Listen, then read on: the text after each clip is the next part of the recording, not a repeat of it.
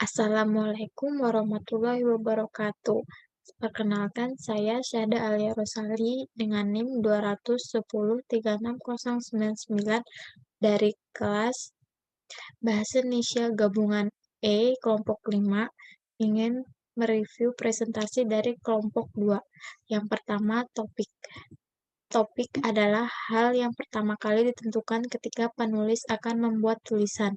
Topik yang masih awal tersebut selanjutnya dikembangkan dengan membuat cakupan yang lebih sempit atau lebih luas. Terdapat beberapa kriteria untuk sebuah topik yang dikatakan baik.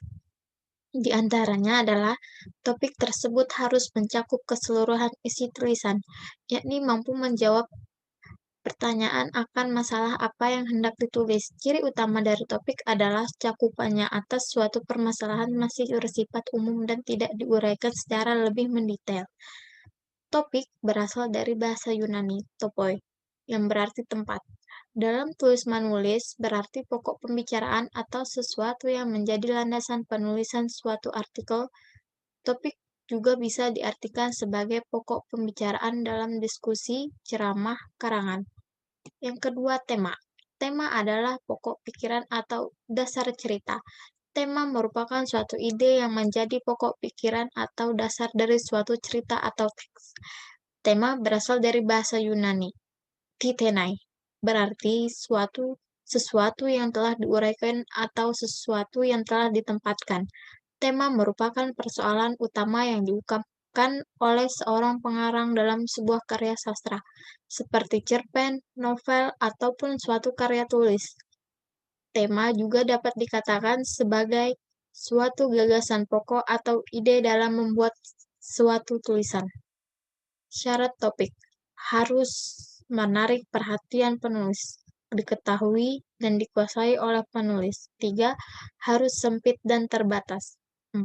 Untuk penulis pemula, hindari permasalahan yang baru dan kontroversial. Kelima, berbagai isu yang masih hangat. Keenam, peristiwa-peristiwa nasional atau internasional. Ketujuh, sesuatu yang dapat berupa benda, karya, dan orang yang dikaitkan dengan permasalahan politik, pendidikan, agama, dan permasalahan yang lain sesuai. Kelapan, pengalaman pribadi yang berbobot atau berkualitas. Syarat tema. 1. Tema menarik perhatian penulis. Kedua, tema dikenal atau diketahui dengan baik. Ketiga, bahan-bahannya dapat diperoleh. Keempat, tema dibatasi ruang lingkupnya. Contoh tema. Topik, minyak goreng. Temanya, pembuatan minyak goreng. Yang kedua, topik, metode manufaktur baru. Temanya, pengembangan metode manufaktur baru. Yang ketiga, hummingbird gimau kecepatan tinggi. Temanya, hummingbird gimau kecepatan tinggi.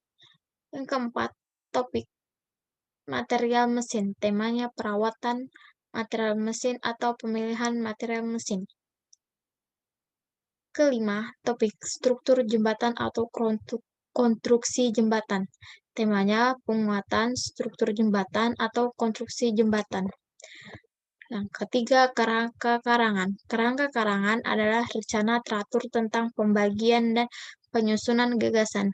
Kerangka karangan merupakan suatu rencana kerja yang memuat garis-garis besar dari suatu karangan atau tulisan yang akan ditulis atau dibahas.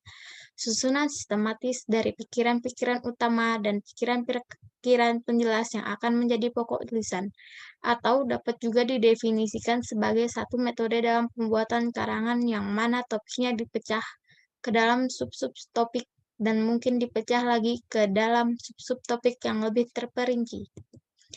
Kriteria kerangka karangan. 1. Setiap judul bab diberi nomor secara konsisten. Kedua, setiap subbab diberi nomor secara konsisten. Ketiga, setiap unsur subbab diberi nomor secara konsisten. Keempat, setiap detail unsur diberi nomor secara konsisten. Kelima, penomoran tidak melebihi 4 angka atau digit. Dan keenam, kerangka karangan tidak sama dengan daftar isi. Fungsi kerangka karangan. 1. Memudahkan pengendalian variabel. Kedua, mencegah pembahasan keluar dari sasaran yang sudah dirumuskan dalam topik. Judul masalah, tujuan, dan kalimat tesis. Ketiga, memudahkan penulis menyusun karangan secara menyeluruh. Keempat, mencegah ketidaklengkapan kebahasan. Syarat kerangka yang baik. Berikut ini terdapat beberapa syarat kerangka karangan yang baik terdiri atas 1. Tesis atau pengungkapan maksud harus jelas. Pilihlah topik yang merupakan hal yang khas.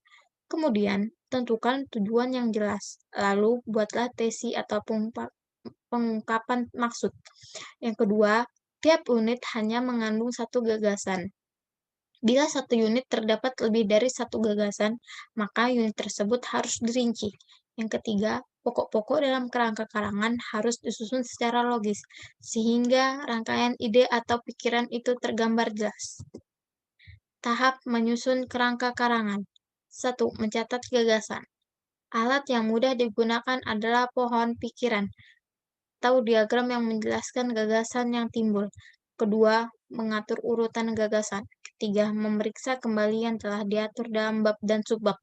Keempat, membuat kerangka yang terperinci dan lengkap. Kelima, merangkai karangan yang baik adalah kerangka yang urut dan logis. Bila terdapat ide yang bersilangan, akan mempersulit proses pengembangan karangan atau karangan tidak mengalir. Sekian dari saya. Wassalamualaikum warahmatullahi wabarakatuh.